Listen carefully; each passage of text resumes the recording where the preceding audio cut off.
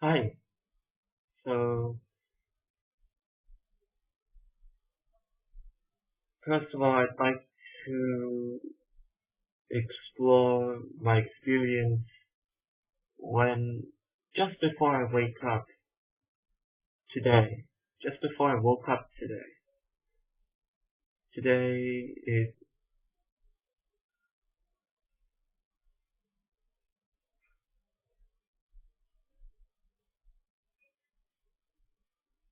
there was an interesting conversation that I had with another person about a few days ago where a perspective was revealed that goes something like this. Um,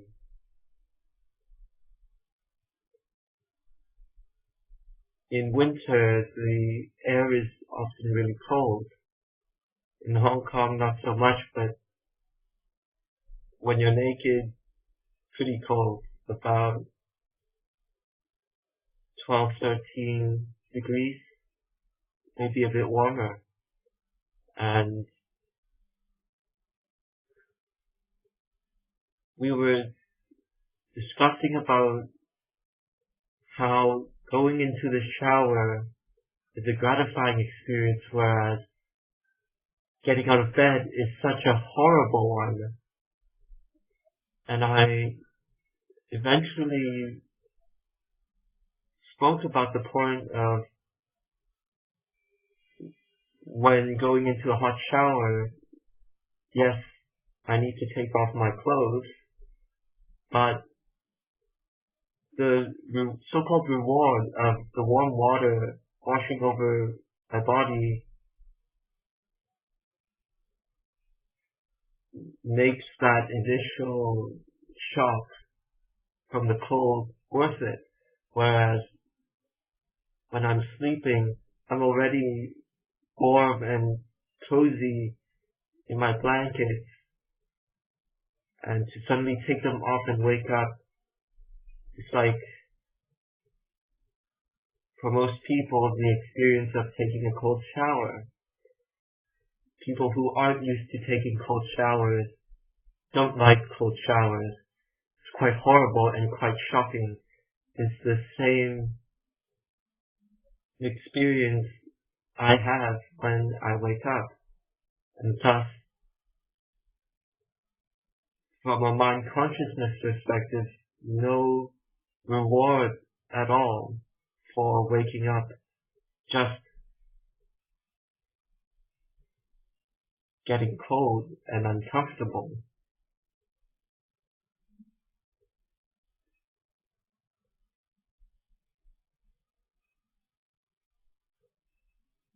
And also these past few days, I wake up, but I remain in my blankets for a while. And it's usually in this time when I'm half awake, half asleep, so to speak, I, my mind as myself will show me who I really am through dreams and really elaborate mind landscapes of moments where I design the outcomes exactly and who I am within this mind-generated landscape. So let's see if I can recollect today's dreams.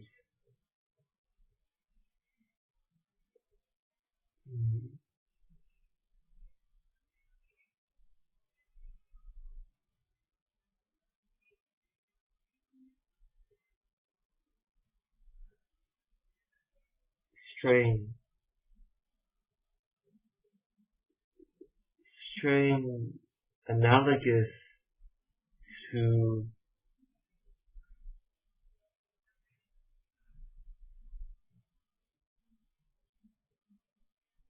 uh,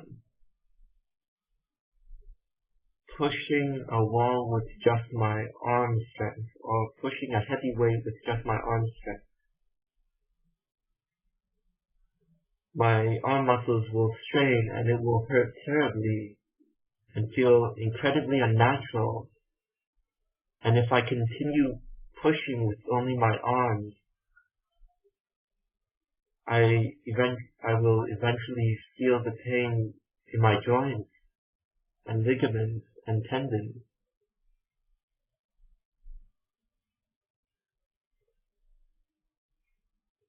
And so I would see this strain as a sign that I am not supporting myself from the ground up, from like using the analogy of pushing against the wall. One pushes the wall or heavy weight much more effectively when one coordinates the whole body to support the movement. So in the same way, in my process, I am to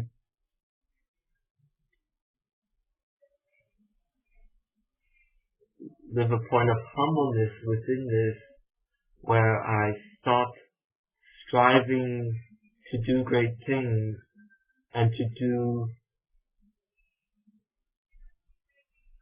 difficult things,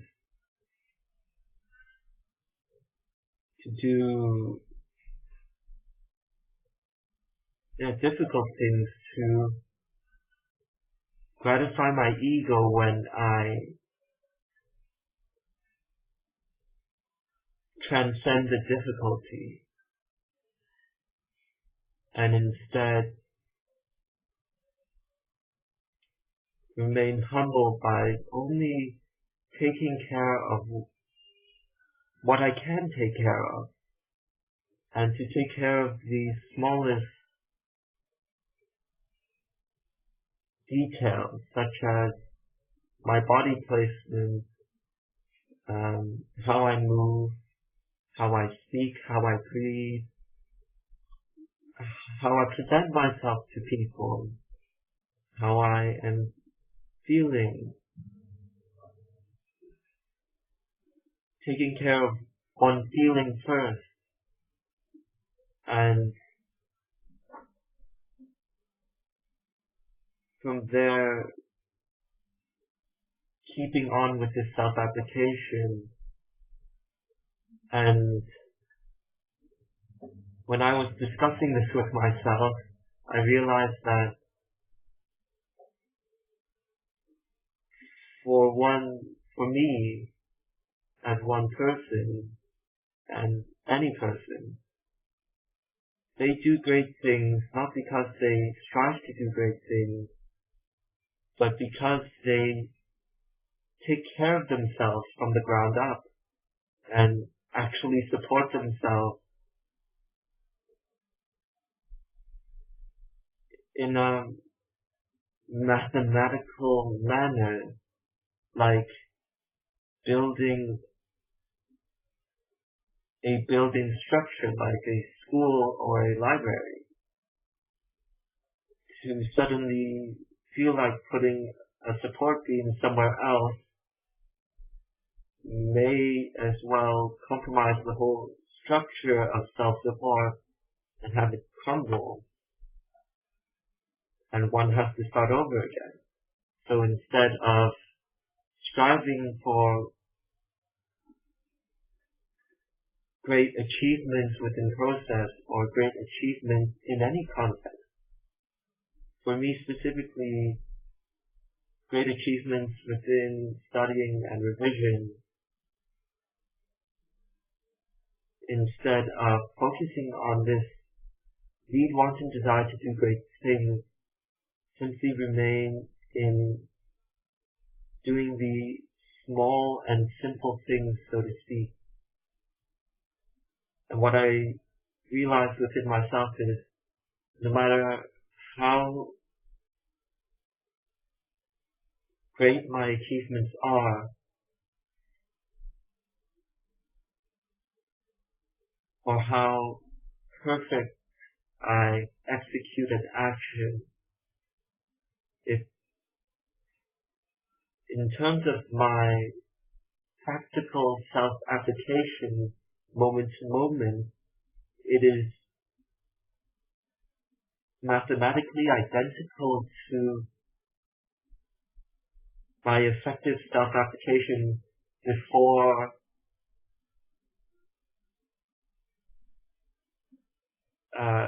achieving those great achievements.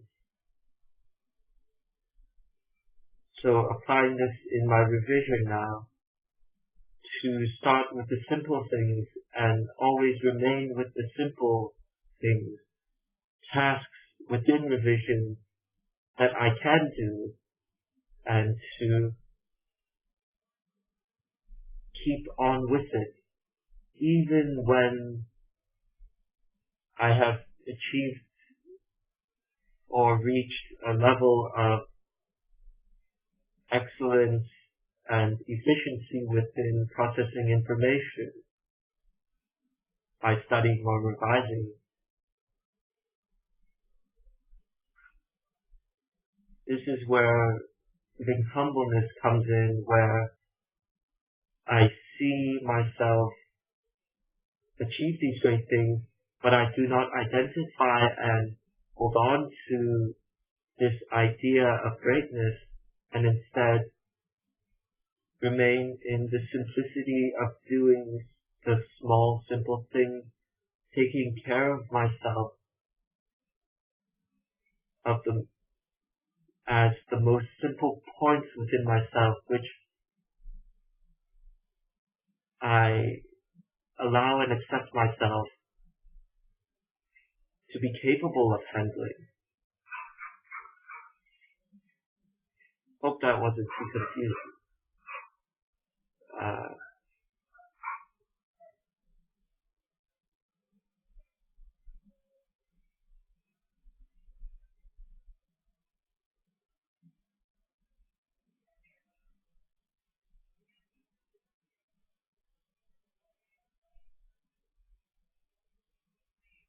What else?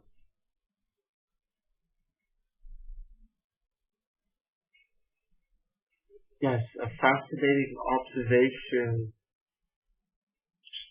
when I am with other people. For me, specifically school, however, I can see this self-happening apply in any social context. So what I observed within myself is whenever I am with other people, such as at school, I would have a tendency and habit to immerse myself in a make-believe reality, specifically with the relationship ties I have with each person I see, each person I interact with. And for me, always precariously and carefully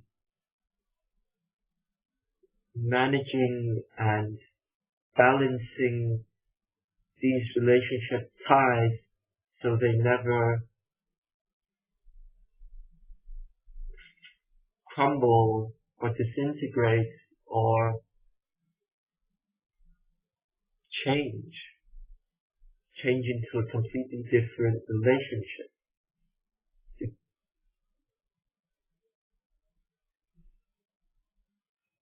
So to describe it further, a tendency to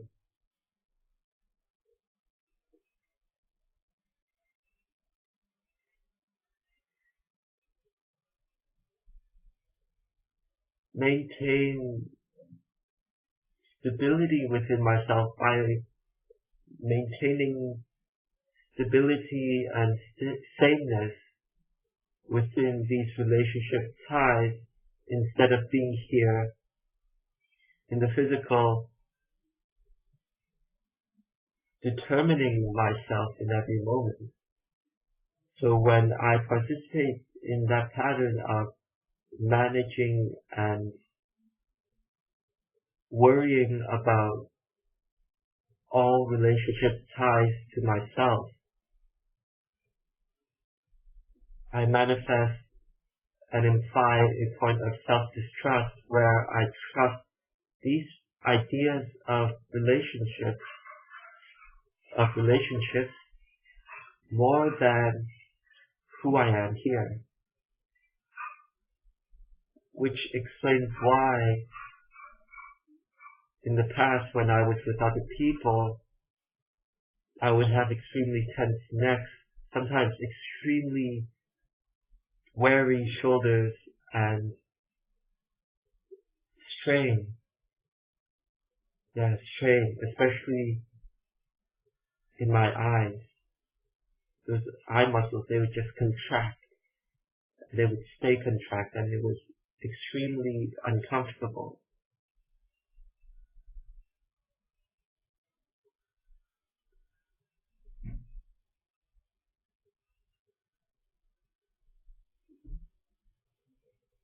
So in terms of self-correction now, of this point,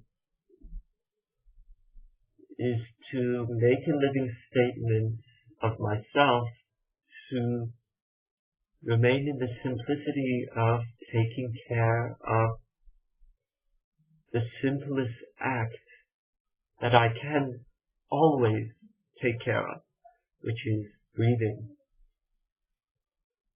To be aware of every single detail of the physical act of breathing, like my diaphragm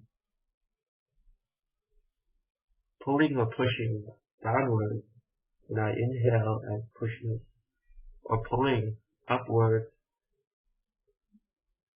when I exhale. The sensation of the flow of air in my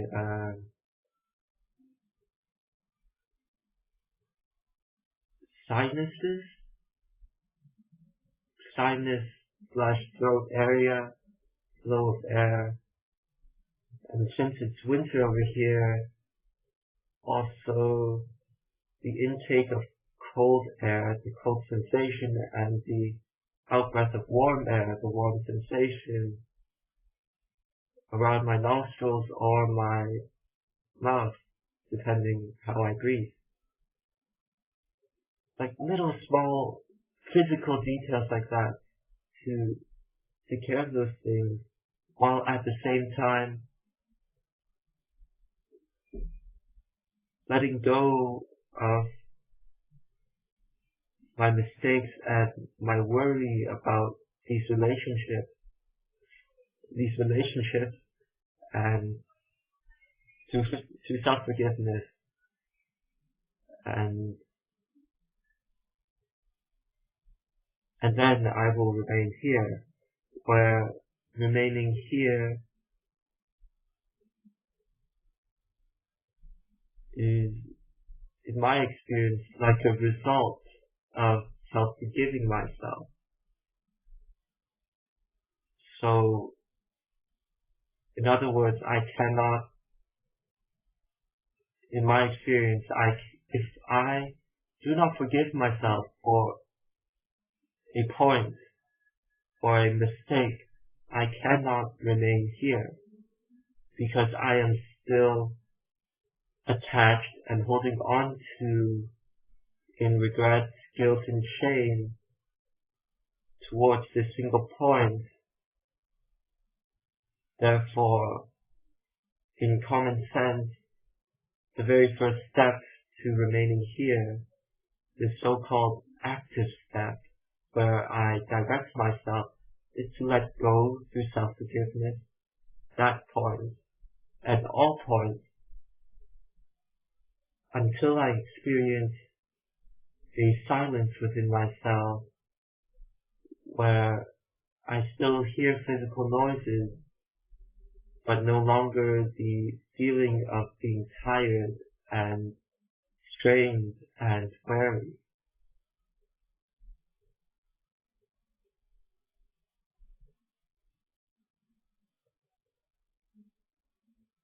Anything else?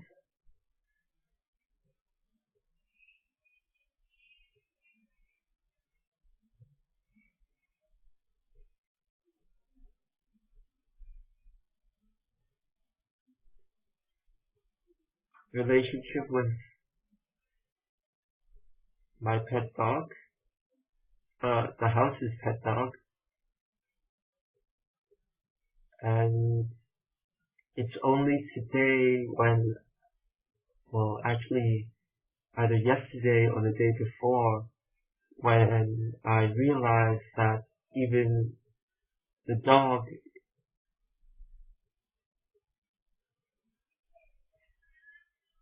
reveals and exposes to me points that I have not yet considered as myself. And the event specifically was the following.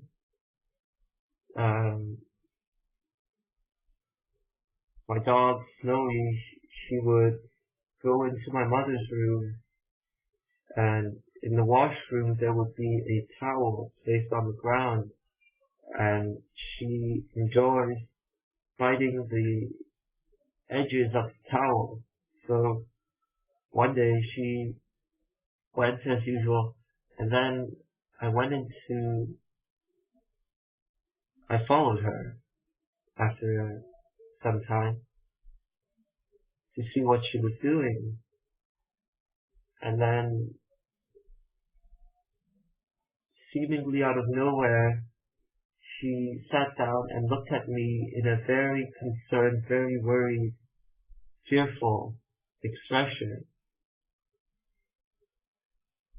And at first, I was looking at her in, as if she was doing something weird, like, what are you doing?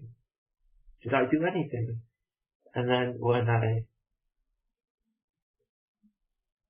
directed myself to look deeper within myself,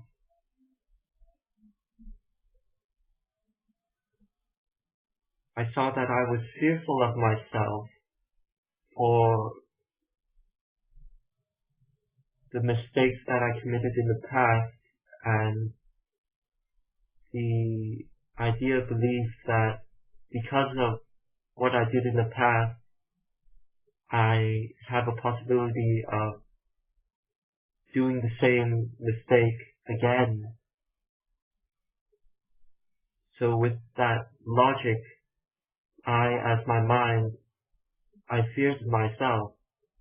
I feared myself fucking myself up, fucking other people up, and not walking effectively in my process, which is ironic, because in believing in that whole construct, I am fucking with myself and fucking other people and not walking effectively in my process.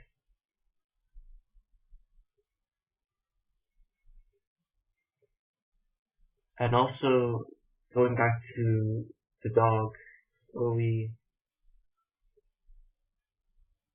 this was not the first time. However, most recent, which is what I've just described, was the event where I realized that even animals act out points for us in the same way that other people around self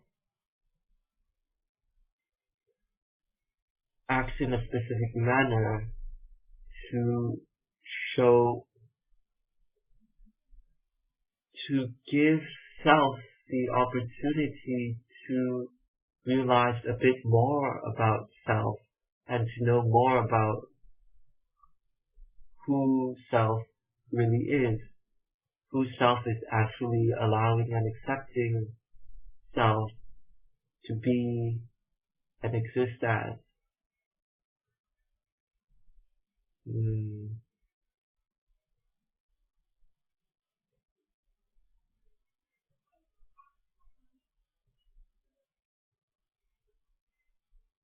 So that was a very fun point for me to realize,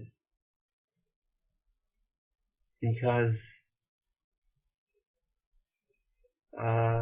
the dog, I have never considered her to be such a great actor or actress, but she is, and I find that quite amazing. Probably because of unconscious belief that animals are not supposed to have that sort of capability to act and to put on a show. But clearly she can, and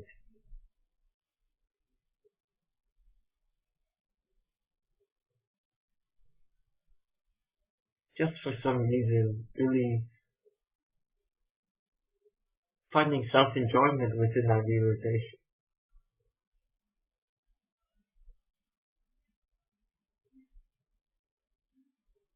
Because I'm realizing more of myself, understanding more of myself as my outside world, hence expanding and being more inclusive.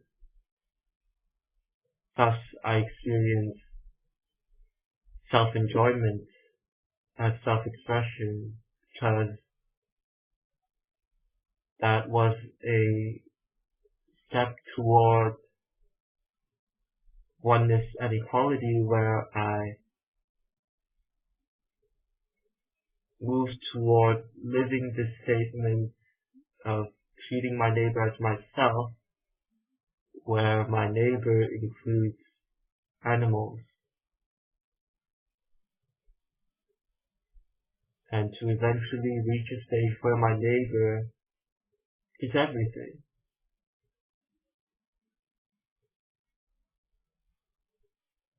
To manifest a point of absolute compassion and love, real, actual love that actually gives to others instead of an energetic, feely,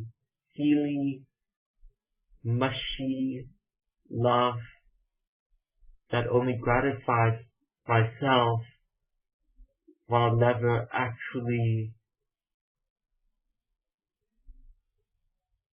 proving that love in physicality, like seeing a person hungry, therefore giving them physical food for them to eat.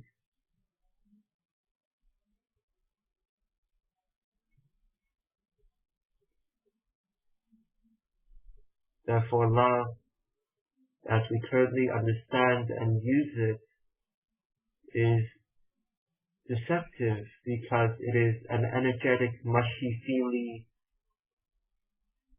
really momentary and fleeting sort of love that currently is actually being used as an excuse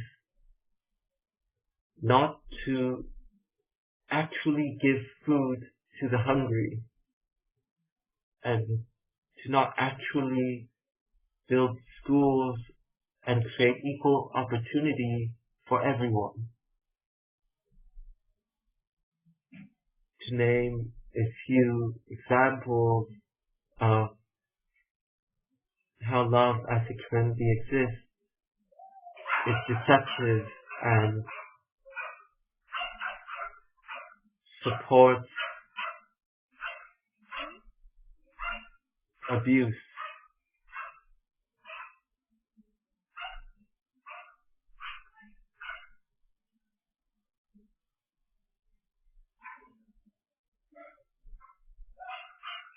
In my next vlog, I will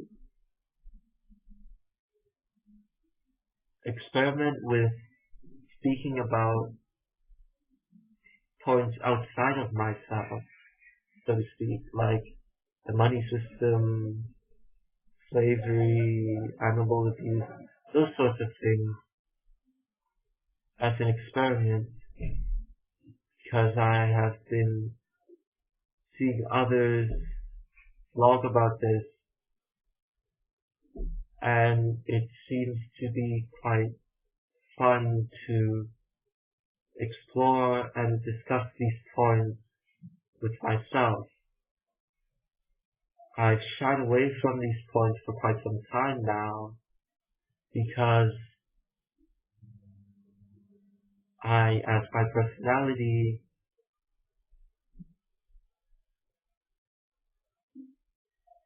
has a deep, no, an intense convulsion, yeah, intense convulsion as an intense want, need, and desire to be self-righteous and to prove myself as the point I seek, and to basically defend my position as my opinion. So this will also be an effective self-application to test myself and to correct myself within wanting, needing, and desiring to be self-righteous.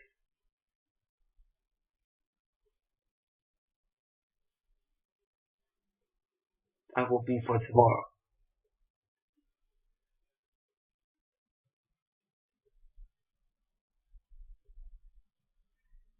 Yep, that's all I have to share. Thank you for watching. Half an hour.